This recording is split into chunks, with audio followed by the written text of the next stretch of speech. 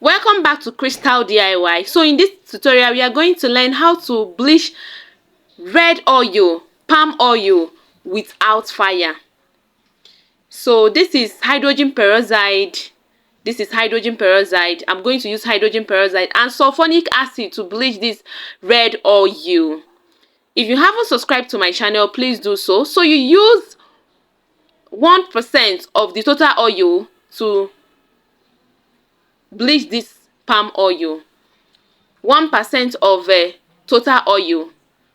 You use it, you get the chemical.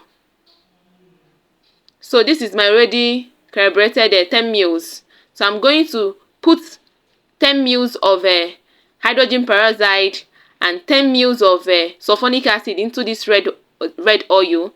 So 1% of 1% of 1 liter is 10 mils. So this is hydrogen peroxide. The white one is hydrogen peroxide.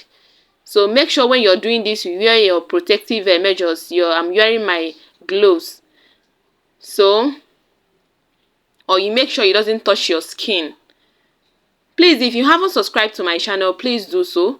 Then, if you're bleaching like 25 liters, 1% of 25 liters of oil is 250 mils. So you use 250 mils of sulphonic acid and hydrogen peroxide to bleach palm oil, to bleach the palm oil. So 1%, I repeat, 1% of the total oil, that is what you will get from the chemicals to bleach your oil. So you see it has started changing colors. So I will leave it for like 3 to 5 hours. Then I will come back after turning everything to mix it very well. Then I will leave it for 3 to 5 hours. Then I'll come back, everything will change. So it will now change to like granite oil. It will now be white. So the sulphonic acid in this mixture